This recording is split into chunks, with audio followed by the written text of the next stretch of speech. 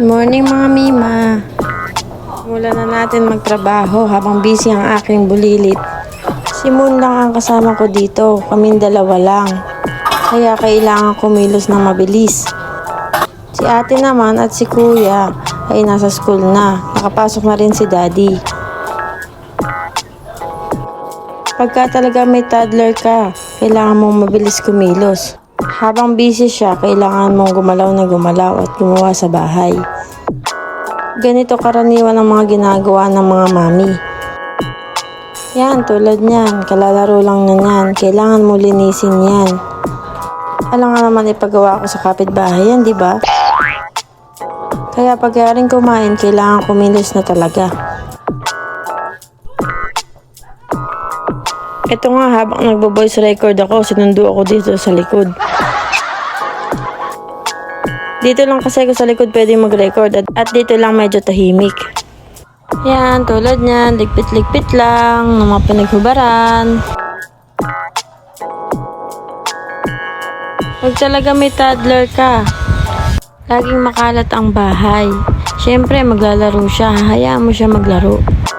Dahil sabi nga nila, minsan lang maging bata. Yung gawain mga ganyan, pwede mo ipagpabukas yan o ipagmamaya na lang.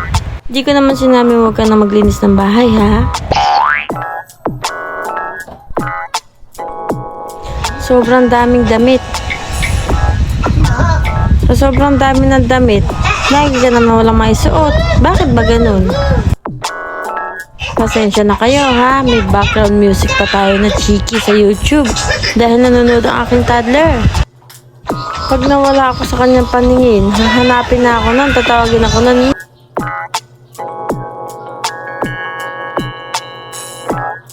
Tamang walis-walis lang pag may pagkakataon.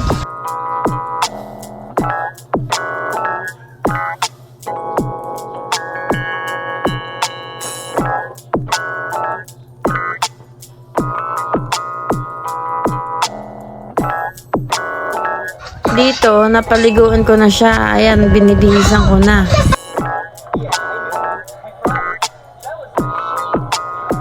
Ipagtitimpla na natin siya ng kanyang milk. Sa totoo lang, sa akin siya dumedede. Pero 1-year-old na kasi siya. Kaya pinapartner na namin siya ng formula. Pinapakain ko na rin siya ng mga rice tsaka ulam. Pero talagang matakaw eh. Pero mainam naman yan kesa naman sa batang pahikan, di ba? Sa sobrang hilig niyang kumain, na-overfeed na pero kain pa rin ng kain. Shake, shake, dede time! Ayan, settle na siya. Yari na rin ako maglinis ng bahay. Pahinga muna ng konti at maya-maya susunduin ko na si Kuya Kobe. Yun lang, tapos na.